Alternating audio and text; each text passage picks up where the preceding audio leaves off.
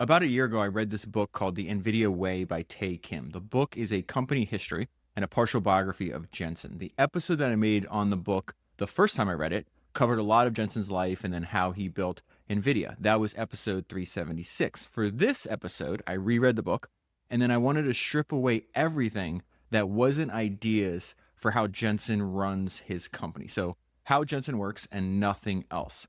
And so what I did is I made a list of about 20 of Jensen's ideas that I want to run through with you. So starting with idea number 1, which I call Professor Jensen. So a common trait of history's greatest founders, they spend a lot of their time teaching their organization.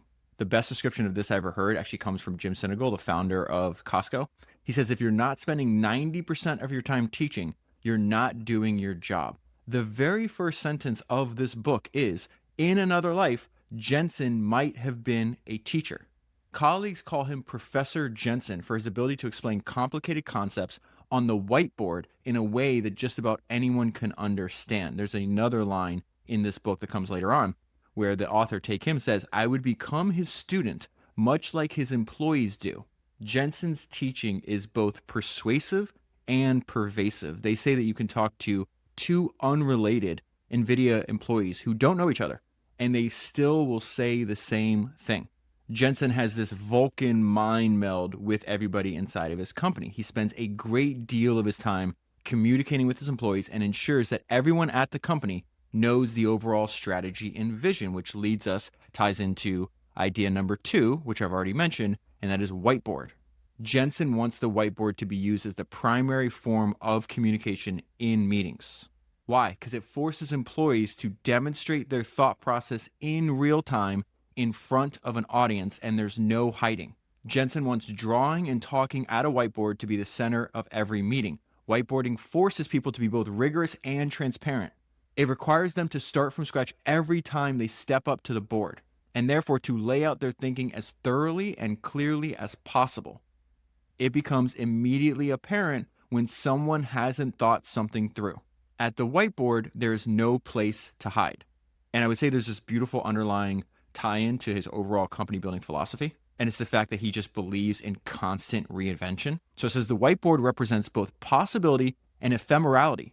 The belief that a successful idea, no matter how brilliant, must eventually be erased and a new one must take its place. So this deep belief in constant reinvention as mandatory, as not optional, is something I think that Jensen has in common with Michael Dell. One of my favorite things that Michael Dell ever said was this. He said, I stood up and told the company that 5 years from now, we will have a new competitor. And that new competitor is going to be in every business that we are in, except they're going to be faster, more efficient, and more capable. And they're going to put us out of business. And the only way that we're going to prevent that is if we become that company. It is gut-wrenching stuff to reinvent and reimagine your business. But if you don't do it, you'll go out of business, which leads to idea number 3, which is complacency kills. Jensen repeats this belief over and over again throughout the book. Complacency kills. I would say that Jensen has this combination of extreme self-confidence and charisma matched with this inner voice that says that he sucks. An inner voice that says nothing he ever does is good enough. And I truly believe for a lot of history's greatest founders, that inner voice is impossible to satisfy. And there's a great line in the book on how this manifests. It says, at Jensen's company, innovation is a necessity, not an option. I don't know what Jensen's answer would be if you ask him, like, what is his biggest fear? I would highly suspect that complacency taking root inside of his company is going to be towards the top of that list. And so throughout the entire book, he's just constantly hounding on this. Here's one example. Jensen resists overly positive accounts of NVIDIA's startup period and his own missteps. When we were younger, we sucked at a lot of things. NVIDIA wasn't a great company on day one. We made it great over 31 years. And so in addition to rereading this book for the second time, I also watched Jensen's commencement speech that he gave at Caltech. And as with any commencement speech, they're going to give you a nice introduction. They're going to give you like a short biography. And after the nice introduction, he begins his speech by saying, thanks for the kind introduction. It really makes me cringe listening to all of that. I hate hearing about myself. In the book, he summarizes his first 15 years as CEO. This is what it says. He slipped into the third person. If Jensen wasn't even involved in the first 15 years of our company, I would really like that. He wasn't proud of how the company was managed then, or his own naivete and lack of strategic thinking. Jensen runs the company the way he does because he believes that Nvidia's worst enemy is not the competition, but itself. The worst enemy is the complacency that grips any successful company. That is yet another thing that Jensen has in common with a lot of history's greatest founders. They all believe that complacency kills. In fact, Andy Grove, he had a mantra. His mantra was success breeds complacency. Complacency breeds failure. Only the paranoid survive. This idea of complacency killing your company just reappears over and over again. Here's another example. Herb Kelleher, founder of Southwest Airlines. He has a great way to describe this.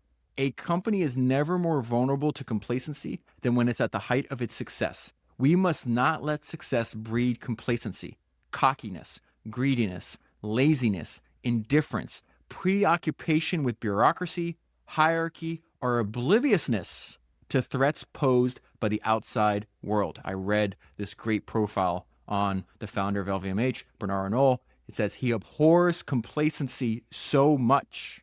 Warren Buffett would repeat this over and over again in his shareholder letters. He says you need the ability to fight off the ABCs of business decay: arrogance, bureaucracy, and complacency. When these corporate cancers metastasize, even the strongest of companies falter. And so there's so many examples in the book of Jensen fighting back against complacency. One example earlier in their history says that at each monthly company meeting, Jensen would say, we're 30 days from going out of business. All the way back in 97, he talks about making sure that we're acting with a sense of urgency because one of the biggest companies in the world is trying to kill us. He says we need to kill Intel. Make no mistake, remember saying this in 97. Make no mistake, Intel is out to get us and put us out of business. They have told their employees, and they have internalized this. They are going to put us out of business. Our job is to go kill them before they put us out of business. We need to kill Intel. I also wanted to include this in here because obviously he's an extremely unusual person. And he's at the top right now, but he was like this for decades. At the time he just said this, he's telling his company, we're going to go kill Intel. At that time, Intel was 860 times larger than Nvidia in terms of revenue. Jensen abhors complacency. Only the paranoid survive. Again, that's a quote from Andy Grove. What's interesting about that is Andy Grove mentored Steve Jobs.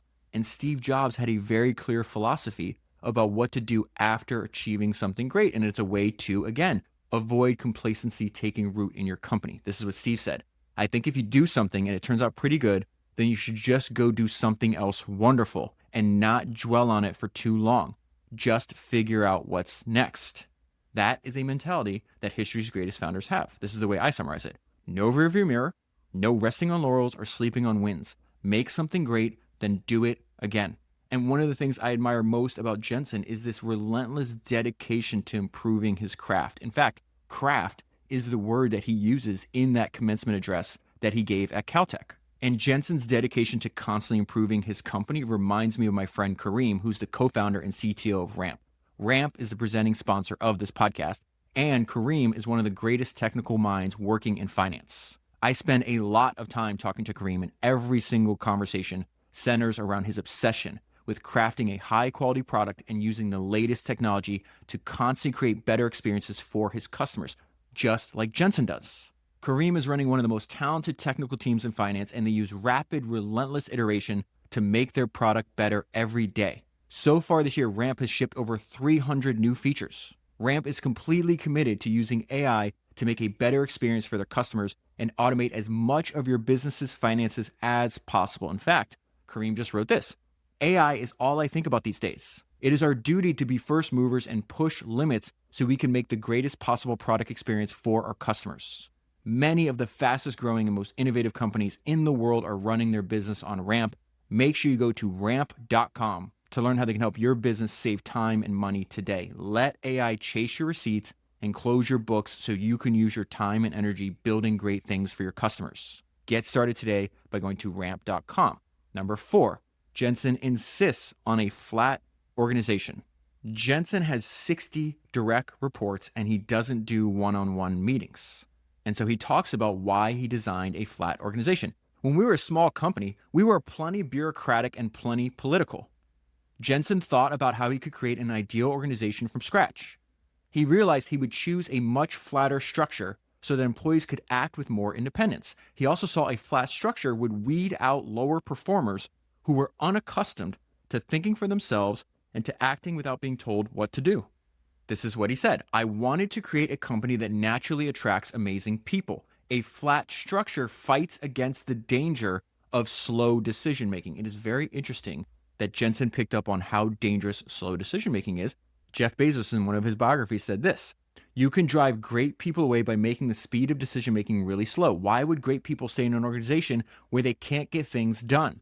Jensen will describe his flat organization structure in the book and also a bunch of interviews. Here's an interview. In one of the interviews, he actually compared how he runs his company to what happens and what will happen when humanity is surrounded by all these AI agents that are smarter than they are. And he was talking about the fact that he gets that question, like, what's going to happen if you're surrounded by all these AIs that are doing things so incredibly well and they're so much better than you? And he says, when I reflect on that, that's already my life. I have 60 direct reports. The reason why they're on my E-staff is because they're world-class at what they do, and they do it better than I do, much better than I do. And I have no trouble interacting with them. I have no trouble prompt engineering them. I have no trouble programming them.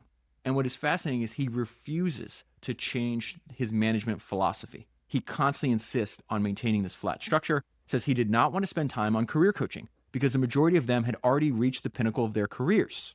Instead, he focused on providing them collectively with information from across the organization, as well as with his own strategic guidance. Jensen had steadfastly refused to change his management philosophy, even when new board members joined, and recommended that he hired a chief operating officer to reduce his administrative burden. This part made me laugh. No thanks, Jensen replied. This is a great way to make sure everybody knows what's going on, referring to his direct communication with the rest of the company. And so what I'm reading to you, like I'm pulling all these quotes and ideas are not in one section of the book. They are repeated over and over again throughout different sections, different time periods. That's how you know it's important to him. And one of the ways I would summarize what he's about to say here is like, oh my God, Jensen made like an F1 organization. Ultimately, my E-staff is something that I have to know how to work with. The company's organization is like a race car. It has to be a machine that the CEO knows how to drive. Jensen created a company he could manage directly. That sentence is very important. Jensen created a company that he could manage directly. He created a company building philosophy that fit him. It doesn't matter what other people are doing. The root principle is to do things your way. And so he would repeat over and over again all the benefits of keeping his company flat. It turns out by having a lot of direct reports, not having one-on-ones, we made the company flat and information travels quickly. And therefore employees are empowered. That algorithm was well conceived. You want a company that's as large as necessary to do the job, but to be as small as possible and not bogged down by over-management and process. Now, idea number 5 works very well with idea number 4. Public criticism works well with a flat organization. Jensen does not believe, you hear this like a common trope that's repeated, and maybe it makes sense if your idea is to get along with people, which I think Jensen is like, the quality of the work obviously goes, it's like top priority more than, other people's feelings. Jensen doesn't believe in praise publicly, criticize privately. He criticizes publicly so the entire organization can learn from a single person's mistake. Again, this is another reoccurring theme throughout the book. This is what he said. Over the years, I realized what was happening and how people protect their turf and they protect their ideas. I created a much flatter organization. Jensen's anecdote to the backstabbing, the gaming of metrics, and to political infighting is public accountability and, if needed, public embarrassment. I just say it out loud, he said. I've got no trouble calling people out. And so here's an example of Jensen's public criticism so the entire company can learn from the mistake. And I think it also ties together with that constant fight against complacency. Jensen was furious at the poor planning and execution of the chip. He called out its engineers at an all-company meeting. Is this the piece of shit that you intended to build, he said. The architects did a shitty job putting the product together. How could you not see the issue before it happened? Someone should have raised their hand and said, hey, we have a design issue here. Jensen's criticism didn't end after a single meeting. He invited an executive from Best Buy to speak to his employees. The executive spent much of the session talking about the NV30's poor performance and customer complaints. Jensen agreed. He's right. This is crap. Jensen reflected on the NV30's failure. Ultimately, it was his responsibility to ensure that Nvidia's teams collaborated effectively no matter how large the company got. Again, what I think is remarkable about reading these books about, obviously you know this, like I'm obsessed with people that do things for a long time. Jensen is the longest running founder CEO of a tech company in the world. And the result of hopefully this podcast and obviously the book is we get to benefit from Jensen's pain and experience. All of these ideas that you and I are talking about today come from over 3 decades of him building his company into one of the best companies in the world. Now, the way he thinks about this is very similar because I do think this is one of the most unique ideas that you will hear. And it reminded me of this conversation. I was watching this interview with Johnny Ive one time, and this is after Steve Jobs passed away. He talked about one of the most important lessons that Steve told him, and it sounds exactly, Jensen's not trying to hurt people's feelings just to hurt their feelings. He's trying to refine the character of his company. Listen to Johnny Ive talk about this. I remember asking Steve about this. I said it could be perceived that his critique of a piece of work, and that in his critique of a piece of work, he was a little harsh. And we had been putting our heart and soul into this. And so I asked him, could we not moderate the things we said a little bit? And he asked, why? And I said, because I care about the team. And then Steve said this brutally brilliant, insightful thing. He said, no, Johnny, you're just really vain. You just want people to like you. I'm surprised at you. I thought you held the work up as the most important, not how you believe you were perceived by other people. And Johnny replied, and I was terribly cross because I knew he was right. Going back to why Jensen does this, he offers employees direct criticism in large meetings so more people can learn from a single mistake. I give feedback in front of everybody. Feedback is learning. For what reason are you the only person who should learn from this? We should all learn from that opportunity. I don't take people aside. We are not optimizing for not embarrassing somebody. We're optimizing for the company learning from our mistakes. Idea number 6, tortured into greatness, a habit of self-criticism. Jensen is not just publicly criticizing others. He does this to himself. He actually has a great line about this. He calls it tortured into greatness. And so I mentioned earlier that Jensen has this combination of extreme self-confidence and charisma matched with this inner voice that says, he sucks, and an inner voice that says nothing he ever does is going to be good enough. And what you learn by reading this book is that he admittedly tortures his team into greatness. In fact, he has a line about this. He says, I don't like giving up on people. I'd rather torture them into greatness. And it's clear from that he sees this as a guard against complacency. He feels praise as a distraction, and the deadliest sin is looking back on past accomplishments. But after you read this book, you realize that he has tortured himself into greatness as well, that it started with him. And so there's this great story in the book about this habit of self-criticism that he has, and it's told by an executive at the company. He says, I'll never forget this. We had done a fantastic job. We just blew the doors off the quarter. And Jensen stood up in front of us and said, I look in the mirror every morning and say, you suck. The executive was struck by how someone so manifestly successful could still think in such terms. You and I have seen that idea over and over and over again. And then I think it's tied.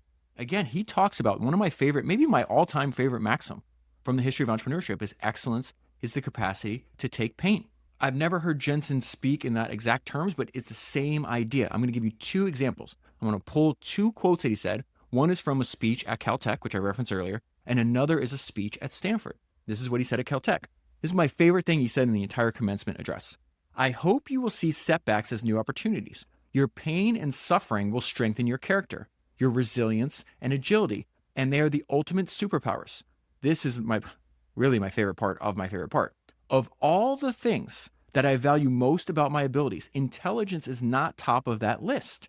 My ability to endure pain and suffering, my ability to work on something for a very, very long period of time, my ability to handle setbacks and see the opportunity just around the corner, I consider to be my superpowers, and I hope they're yours. He says something very similar to that when he gave a talk at Stanford. I think one of the great advantages is I have very low expectations. Most of the Stanford graduates have very high expectations. People with high expectations have very low resilience, and resilience matters in success. I don't know how to teach it to you, except that I hope suffering happens to you. I was fortunate that I had plenty of opportunities for setbacks and suffering. To this day, I use the phrase, pain and suffering inside of our company with great glee. And I mean that in a happy way, because you want to refine the character of your company. Now, let me pause there. I think that's exactly what a lot of Jensen's ideas do. They refine the character of your company. So let's go back to that. I mean that in a happy way, because you want to refine the character of your company. You want greatness out of them. Greatness is not intelligence. Greatness comes from character, and character is not formed out of smart people. Character is formed out of people who suffered. I wish upon you ample doses of pain and suffering. Idea number 7, speed of light. Not only has he derived really great ideas from over 3 decades of experience, but he's good at naming them and branding his ideas. So Jensen's speed of light idea is basically, hey, the only benchmark that we're going to judge how fast we move will be the absolute maximum speed possible. What does that mean? Jensen insists that all employees work at the speed of light. He wants their work to be contained only by the laws of physics. Sounds like Elon. Each project must be broken down into component tasks, and each task must have a target time to completion that assumes no delays, no queues, and no downtime. This sets the theoretical maximum, the speed of light, that it is physically impossible to exceed. We will then judge ourselves against the speed of light, not what we used to do or what other companies are doing. As he saw it, he needed to prevent the kind of internal rot that he observed at other companies. Again, what's that reference to? That's a reference to idea number 3, complacency kills. Jensen would not let his employees think about what was likely to work or what they could reasonably achieve. He only cared about what would be possible with the maximum amount of effort and minimum amount of wasted time. Minimum amount of wasted time. Before we get into idea number 8, there is another tool in technology that I need to tell you about that does exactly that. And Ramp actually uses this tool. It is Vanta.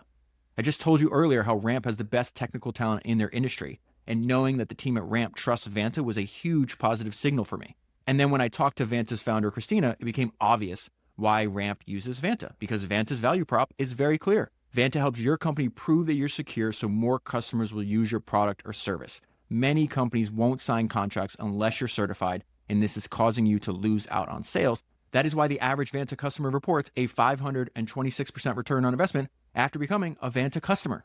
Vanta helps your company automate compliance, security, and trust. Vanta helps your company pass audits without tons of manual work. So not only do you make more money with Vanta, but you save more time. Manual compliance is slow and painful. The best companies and the best founders will not tolerate wasting valuable company time doing something with labor when technology can help you move faster, maybe even move at the speed of light even. And Vanta helps you do just that. Vanta will help you win trust, close deals, and stay secure faster and with less effort.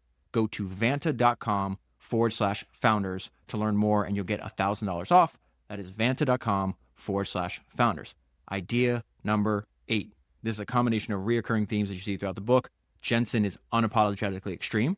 He is extreme in all things. He works all the hours, and he insists that no one will outwork him. Jensen is so relentless that he will grill you at the urinal. It's one of the funniest stories in the book. No place in company headquarters was safe from a drive-by grilling from Jensen. Kenneth Hurley was at a urinal when Jensen walked up to the one next to him. I'm not the kind of guy who likes to talk in the bathroom, Hurley said. Jensen had other ideas. Hey, what's up? He asked. Hurley replied with not much, which earned him a sidelong glance from Jensen. Hurley panicked, thinking, I'm going to get fired because he thinks I'm not doing anything. He proceeded to list 20 things he was working on. Okay, Jensen replied, satisfied with the answer. So Jensen is described as extremely hardworking by everybody that runs into him, and he also describes himself that way. He says, there may be people that are smarter than me, but no one is ever going to work harder than me. This is very interesting. I was reading the way that Jensen thinks about his own work ethic, and he has a bunch of great lines that now me and my friends have also used from the first episode, the first time we read the book. But for some reason, when I got to this part, the second time I was reading it, there's this idea that I thought was fascinating, where like Larry Ellison likes having an enemy. He says that he would pick an enemy and then he would use that to push himself and his company. And one enemy that he picked was Bill Gates. And the whole thing that Larry's point was like, you want a foe worthy of your steel. You want a formidable enemy. And so in the middle of this war that's going on, this battle between Ellison and Gates, Ellison gives this interview and he talks about, he understands Bill Gates very well. And this is how he described Bill Gates. He says, there are a lot of people in the world smarter than Bill Gates. There are very few people in the world that have his focus and endurance. He is utterly relentless. He is indefatigable. He is absolutely focused and he wants it all. Barry Diller said that Bill is young and he's mean and he's not tired.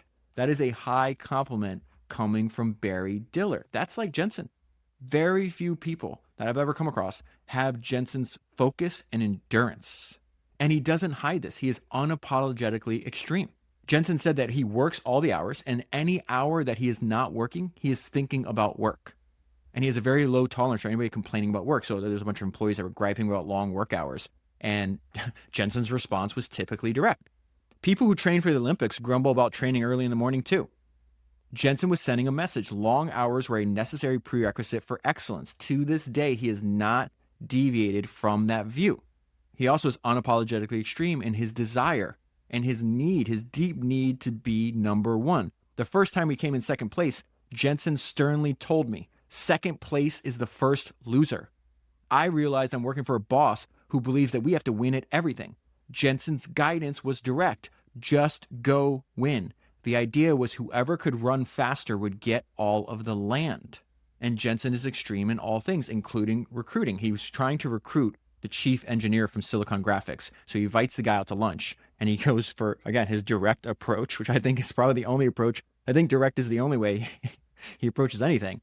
And he tells him, he goes, John, you should really think about coming to our company because ultimately I'm going to put SGI out of business. He is absolutely relentless about work. This is what he says. You have to allow yourself to be obsessed with your work. I work every day. There's not a day that goes by that I don't work. If I'm not working, I'm thinking about working. Working is relaxing for me. That line, me and my friends repeat to each other. Working is relaxing for me. And then just one more line about him being unapologetically extreme. As Jensen put it, when looking directly into my eyes, the secret to his company's success is nothing more than sheer will. Idea number 9, Jensen's top 5 email idea. It's a genius way to get unfiltered information from the entire company. As companies grow, as they become more successful, bad leaders wind up surrounding themselves with sycophants or executives who are not incentivized to tell you the truth. In fact, I just started doing this new show where I actually sit down and talk to extreme winners in business. It's called David Senra. And the very first episode was with my friend Daniel Ek, who is the founder of Spotify. And you got to listen to it if you haven't listened to it yet. Because he tells a hilarious story about this. And this story happened years ago, but one of Daniel's employees who now, he was the head of product at Spotify. His name's Gustav, but now he's one of the co-CEOs. After a product meeting, he pulled Daniel aside. And he's like, hey, you really suck at this. And Daniel had a very human, he tells the story, he had a very human reaction where he goes home. He's like, oh my God, I have to fire this guy. And then he thought about it more and more. And when his emotions calmed down, he's like, oh my God, Gustav is right. And so Daniel's point is that you want people to tell you the truth. Well, Jensen has tens of thousands of employees. How is he going to make sure that he gets unfiltered, true information from the entire company? He does this with his top 5 email idea. So Jensen asked employees at every level of the organization to send an email that detailed the top 5 things they were working on and what they'd recently observed in their markets, including customer pain points, competitor activities, technology developments, and the potential for project delays. The ideal top 5 email is 5 bullet points where the first word is an action word. It has to be something like finalize, build, or secure. To make it easier for himself to filter these emails, Jensen had each department tag them by topic in the subject line. That way, if he wanted to get all his recent emails on, say, hyperscaler accounts, he could easily find them through a keyword search. The top 5 emails became a crucial feedback channel for Jensen. He would tell his employees when asked why he liked the top 5 process. It's easy to pick up on the strong signals, but I want to intercept them when they are weak. Every day he would read about 100 top 5 emails to get a snapshot of what was happening within the company. There's another article written by the Wall Street Journal that I read about this. It says employees have been sending notes known as T5Ts or top 5 things for decades, and Jensen has been reading them. The top 5 emails have become his preferred method of flattening hierarchy. Strategy isn't what I say, it's what they do, Jensen said. So it's really important that I understand what everybody else is doing. And one way he does that is by reading these top 5 emails. He doesn't want information that's already made its way through layers of management. What he wants is information from the edge. That is a direct quote from him. He wants information from the edge. He's looking for the next $0 billion market, a frontier that hasn't been explored because it barely exists, but could one day be a thing. One of the weak signals that he intercepted years ago was a wonky but exciting development in machine learning that kept popping up in the emails. Jensen decided that Nvidia needed to invest more in tools for accelerating workloads on its GPUs. These days, those GPUs are the brains for artificial intelligence. Reading these emails is the thing that he did for fun. He says, I drink a scotch and I do emails. Idea number 10, Jensen's communication style. It is blunt, concise, and direct. Jensen believes in direct, blunt communication. Jensen's emails are short and sweet, like a haiku. Napoleon was the exact same way. There's a great quote from this biography of Napoleon I read. Long orders, which require much time to prepare, to read, and to understand, are the enemies of speed. Napoleon could issue orders of a few sentences which clearly expressed his intentions and required little time to issue and to understand.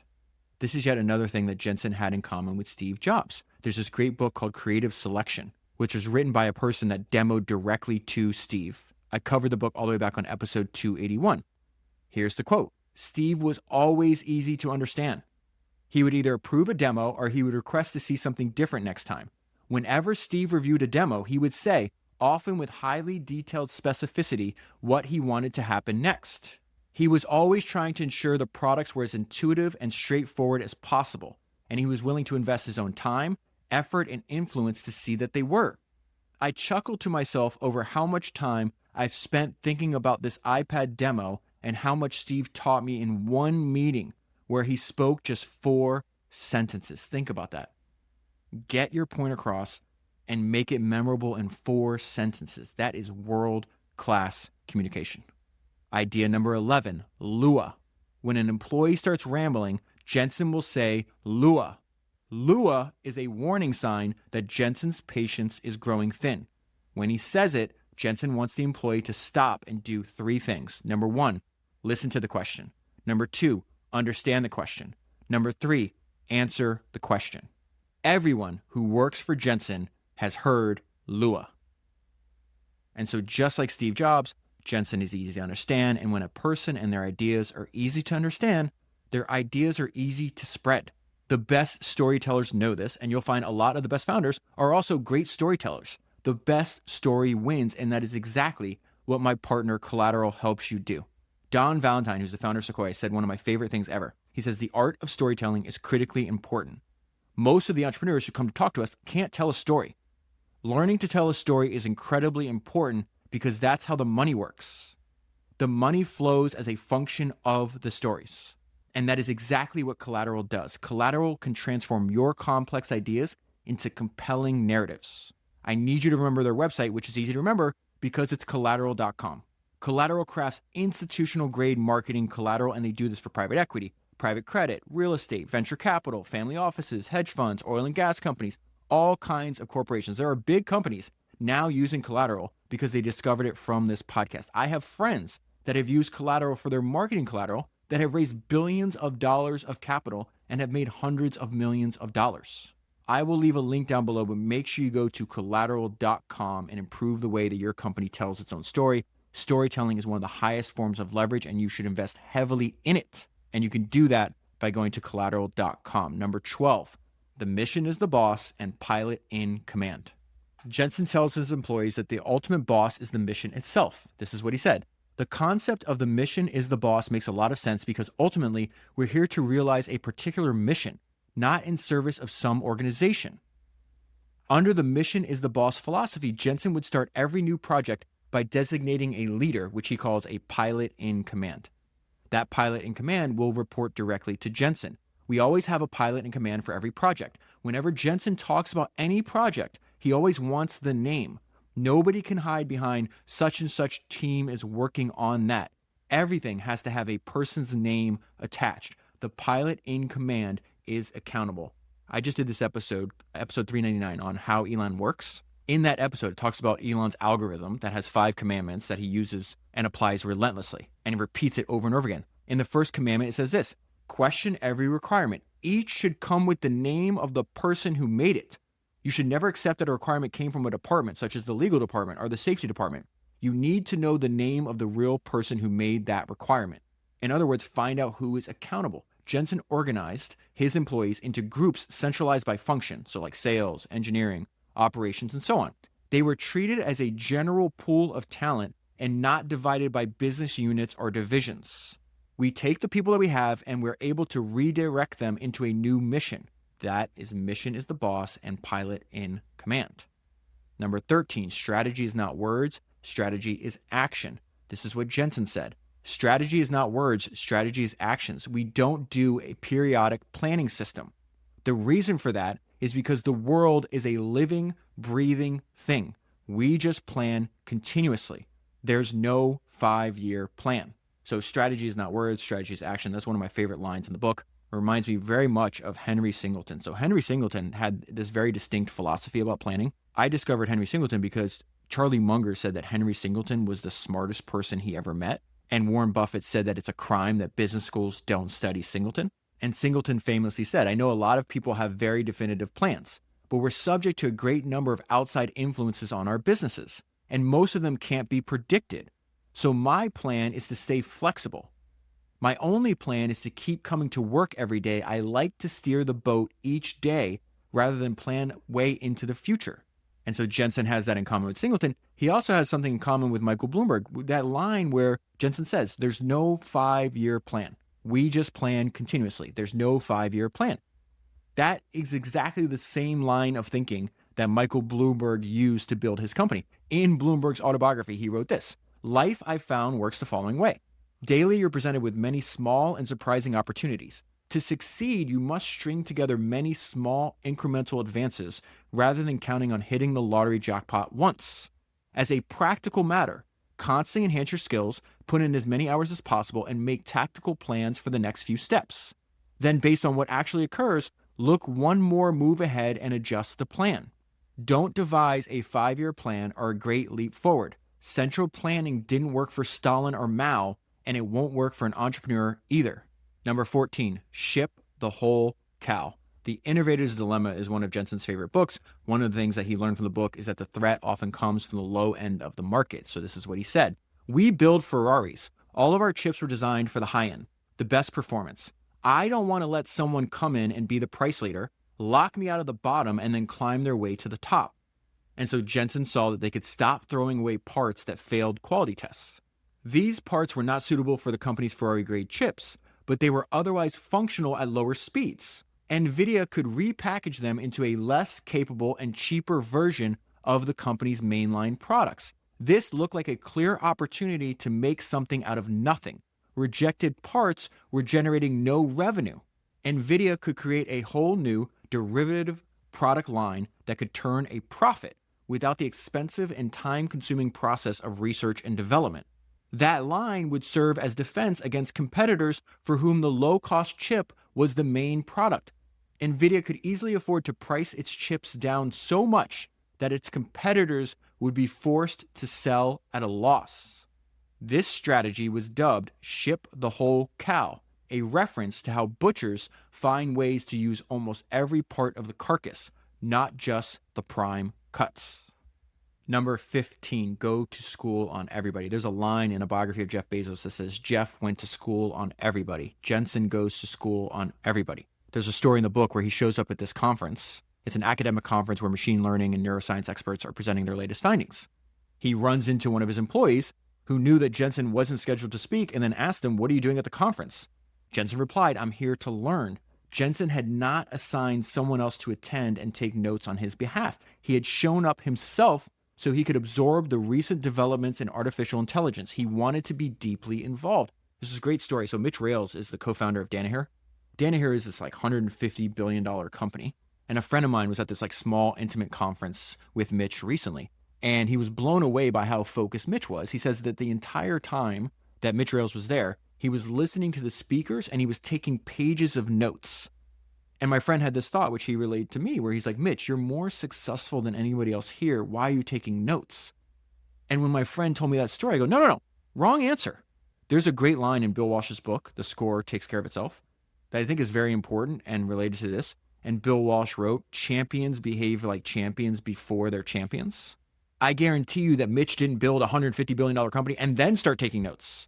I guarantee you that Mitch was doing this way before he was, quote unquote, the most successful person in the room. There's a million examples of Jensen just being an absolute learning machine in the book and consuming enormous amounts of information that will help his company. You can distill it down to that maxim that the good ones know more. And what I loved about reading this book is you'll realize that Jensen is in the details. He's paying attention to things that surprise everyone else around him. Let me give you an example from the book. Peter Young was first introduced to Jensen at a party for new hires. Jensen already knew who he was. "You're Peter Young," Jensen said. "You've been here for about a year. Before you were at Sony PlayStation and 3D FX prior to that." He had a similar recall of biographical details for all 50 attendees of the party. There is a great quote from Walt Disney himself that says, "If we lose the details, we lose it all." Jensen is in the details. Jensen manages his company directly, involving himself deeply in product decisions, sales negotiations, investor relations, and more. Number 16, we need to create the market, not fight over share of an existing market. Jensen believed that Nvidia was nothing like any other company that had ever existed. Jensen doesn't believe in building commodity products because commodities are subject to downward pricing pressure as competition increases. Jensen has always said that we should be doing things that other people cannot. Jensen believes we need to bring unique values to the marketplace, and he feels that by doing work that is cutting edge and revolutionary, it allows the company to attract the best people. We do not have a culture of just going after market share. We would rather create the market. And there's many examples of him doing this in the book. In that commencement address at Caltech, he mentioned their move into robotics, and he explained the decision-making behind it. He says, "We decided to build something where we are sure there are no customers." And everybody laughed. And he was serious. He's like, this is why it's important. Where there are no customers, there are also no competitors. That is a $0 billion market. Something that barely exists, maybe doesn't exist at all, but one day will be giant. And I think Edwin Land is a good comparison here. You know, I'm obsessed with Edwin Land. He's one of my personal heroes. He was Steve Jobs' personal hero. And if you think about it, this is exactly the strategy that Edwin Land had. When Edwin Land targeted the instant photography market, there were no customers and therefore no competitors because he invented the market. And by inventing the market, that allowed Edwin Land to build a monopoly. And one advantage of Edwin Land's approach and of Jensen's approach is pricing power. Here's an example from the book. Jensen understood that gamers who buy Nvidia's cards are willing to pay for performance. As long as they look at the screen and see something radically different, they're going to buy it. He made the same case to Nvidia's investors. He said that Nvidia would be a unique semiconductor company where products' average selling prices rise. We are going to be the only guy where ASPs go up over time when everyone else's ASPs will go down, he said. Number 17, I will choke you with gold. I found a story in one of the books I read on David Ogilvy where he talks about that the Medici family was trying to persuade this sculptor to move to Florence and to enter into their service. And one member of the Medici family is writing this sculptor a letter laying out why he should come to Florence. And he concludes this letter with this following line: "Come, I will choke you with gold." Jensen wants to work with the best people, and to do so, Jensen is willing to choke you with gold. Jensen looks at his stock like his blood. He pores over the stock allocation reports. Managers can refer an employee for special consideration to senior executives. Jensen will then review this list of top contributors and give out special one-off grants that also vest over a 4-year period. When the grant is approved, the employee will receive an email. The subject line says, "Special grant, authorizing the RSU grant in recognition of your extraordinary contributions," with a clear description of the rationale behind the award. Jensen can also reach down into the organization at any time and award stock directly without waiting for an annual compensation review. This allows him to ensure that people who are doing great work feel appreciated in the moment. It is yet another sign of his interest in every aspect and level of his company. Number 18, work on your highest priority first. This is what Jensen says. I have a very clear priority list, and I start from the highest priority work first. Before I even get to work, my day is already a success. I've already completed my most important work and can dedicate my day to helping others. Ruthlessly prioritize your time is what he's saying there. Focus on the most important activity at all times. Larry Ellison shares this belief that you should only focus relentlessly on your most important goal Here's a quote from a biography of Larry Ellison that I read. Ellison made no apologies for his quirks. If anything, he seemed amused at Jenny's concern about his time management. Jenny was his longtime assistant. Jenny and I approach things very differently, Ellison said. Jenny feels if there are 1,000 things you're doing, you have to do all 1,000 of them. My view is different. My view is that there are only a handful of things that are really important, and you should devote all your time to those and forget everything else. If you try to do all 1,000 things, answer all 1,000 phone calls, you will dilute your efforts in those areas that are really essential. Jensen would tell others to focus on the most important activity at all times and not be beholden to a schedule. And then related to 18 is finally number 19, swarm your greatest opportunity. Obviously, a huge part of this book is about the fact that Jensen recognized the AI trend early, invested heavily, and maneuvered his company into the position to take advantage of it better than anyone else in the world. And there's probably 80 pages on this swarming of his greatest opportunity, this march toward this unlimited AI opportunity. And so I just pulled out a few examples and a few decisions he made that put him in a position so he could swarm the greatest opportunity of his life. And I think one of the most important lessons is this plays out over 2 decades. And he's doing this when people tell him not to. He does this at a great expense, and he does this over a long period of time. So the idea that turns Nvidia into a multi-trillion-dollar company actually came from their customers coming up with unique ways to use their product. The first reference to using GPUs for non-graphical purposes was in a 2002 research paper on using computers to simulate the movement of clouds.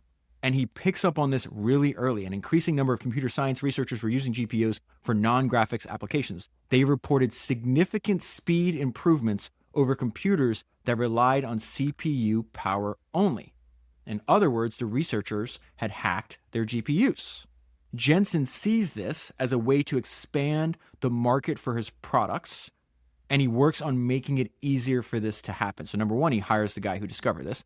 And then number two, he makes it a priority to make it easier for people like him to find more non-graphical applications for GPUs. That is a principle and idea that you and I have seen over and over again in these books, that anytime you make something easier for people to do, the market expands. Anytime you make something easier for people to do, the market expands. The guy he hires, his last name's Harris, also coined the phrase GPGPU, general purpose computing on GPUs, to describe this phenomenon that he was witnessing. Jensen was quick to grasp that GPGPU had the potential to open up the market for GPUs far beyond mere computer graphics. And so in order to generate more demand, Jensen decides they have to make it so their cards are easier to program. This is when they create the new programming model called CUDA, which stands for Compute Unified Device Architecture. CUDA made it possible and easier for scientists and engineers to leverage the GPU's computing power. Why did Jensen want to do this? Jensen believed that it would expand NVIDIA's reach into every corner of the tech industry. Remember what Jensen said earlier, of all the things that I value most about my abilities, intelligence is not at the top of the list. One of the things that he values most is the ability to work on something for a very, very long period of time. That is evident in this book, 2002, the first reference to using GPUs for non-graphical purposes. What I'm about to read to you is happening in 2007 and 2008. This is, again, about the importance of doing something for a long time. So much of entrepreneurial culture now is start, scale, sell. And if you want to be great, you build, retain, and own. You find your last company, the company that you can work on for decades, just like Jensen did. Jensen's decision here to go all in on this will create trillions of value for the company in the coming decades. Imagine if he quit or sold here. So they call this the era of the GPU. The era of the GPU would create so many opportunities that Jensen saw it as his mission to prepare NVIDIA to take advantage of it. Even if no one could know exactly what those opportunities would be, everything else was secondary. He is swarming his greatest opportunity.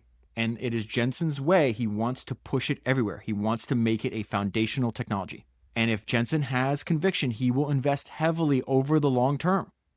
Jensen understood the importance of saturating the market with it. The more people who had CUDA in their hands, the faster technology would establish itself as a standard. We should push this everywhere and make it a foundational technology. This move was extremely expensive. Remember, this happened in 2007, 2008. The company invested so much in converting its GPUs for CUDA compatibility that its gross margin fell from 45 to 35%. At the same time it's increasing its spending on CUDA, the global financial crisis destroyed consumer demand, and Nvidia's stock fell by more than 80%. Jensen believed so strongly in the market potential that he remained committed to the course he had chosen, even as his investors demanded a strategic course correction. Swarm your greatest opportunity. I believe in CUDA, Jensen said. We are convinced that accelerated computing would solve problems that normal computers couldn't. We had to make that sacrifice. I had a deep belief in its potential. So what does he do? There's another idea embedded in this idea. Educate the market. This is also not a new idea. If developers didn't yet know what to do with CUDA, NVIDIA would teach them. NVIDIA's chief scientist began offering schools CUDA-capable machines if they committed to teaching a class on the subject. He gave more than 100 talks over the course of a year. He taught a class himself at the University of Illinois. There was no textbook, so he wrote one. The textbook sold tens of thousands of copies, was translated into several languages, and was used by hundreds of schools. It was a major inflection point in attracting attention and talent to CUDA. What they understood is that we need to educate the market. Not a new idea. Intel did the exact same thing when they invented the microprocessor. Intel discovered that the marketplace, this is from a company history of Intel that I read for the first time 9 years ago. Intel discovered that the marketplace wasn't just confused by the concept of the microprocessor. The market had to be educated. At one point, Intel was conducting more seminars and workshops on how to use the microprocessor than the local junior college total catalog of courses. Bob Noyce, Gordon Moore, and Andy Grove became part of a traveling educational roadshow. Everyone who could walk and talk became educators. It worked. Jensen was focused on how much of an opportunity GPU-powered deep learning would be for NVIDIA. There was considerable debate within his executive team on the topic. Several of Jensen's key lieutenants were against investing more in deep learning, in the belief that it was a passing fad. Jensen overruled them. Deep learning is going to be really big. We should go all in on it. Swarm your greatest opportunity. Everything that you and I have been talking about today and highlighting and studying has led up to this point right now. Jensen had built a company in the image of his own focused yet far-ranging mind. Now he would pull every lever at his disposal to navigate NVIDIA to the very center of the tech industry, as the company whose hardware could bring about the AI-powered future. It was definitely not a single day when the entire company changed forever. It was a period where Jensen was increasingly interested and started asking increasingly deep questions, and then started encouraging the company to swarm to machine learning. Jensen announced the change in strategic focus in a company all-hands meeting. We need to consider this work our highest priority. AI was going to be more important than anything else they could possibly be doing. Within a decade, Jensen was sure that AI would create, quote, the largest total addressable market expansion of software and hardware that we've seen in decades. It is hard to describe Jensen's actions as anything other than the construction of a competitive moat. Interesting to know that Jensen doesn't like the term moat. He prefers strong, self-reinforcing network. My guess is because believing you have a moat can lead to complacency, and complacency kills. NVIDIA made a general-purpose GPU that represented the first major leap forward in computational acceleration since the invention of the CPU. The GPU's programmable layer, CUDA, was easy to use and opened up a wide range of functions across scientific, technical, and industrial sectors. As more people learned CUDA, the demand for GPUs increased. Jensen's strategic brilliance ensured that competitors would have difficulty breaking into a market that NVIDIA had created. Swarm your greatest opportunity. And I started this episode with the first sentence in the book, that in another life, Jensen might have been a teacher. Here's the last paragraph in the book. There are no shortcuts. The best way to be successful is to take the more difficult route. And the best teacher of all is adversity. It is why Jensen still keeps going at a pace that would see most other people burn out. It is why Jensen still says, to this day, and without any trace of hesitation or irony or self-doubt, I love NVIDIA. And hopefully some of these ideas help you build something you love too. I have made something new that I love and I'm already obsessed with. I started a new podcast called David Center, where I have conversations with extreme winners in business. The first 2 episodes are already out. My conversation with Daniel Ek, the founder of Spotify, and my conversation with Michael Dell. Both Daniel and Michael are big fans of founders. And so when I reached out to both of them, they immediately agreed when I asked them for help to launch the new show. And so I'm asking you for help. I need a favor from you. Make sure you go follow the new show. It is on a separate feed. So whatever app you're listening to this right now, Spotify, YouTube, whatever it is, search for David Center and follow the show there, please. Thank you very much, and I'll talk to you again soon.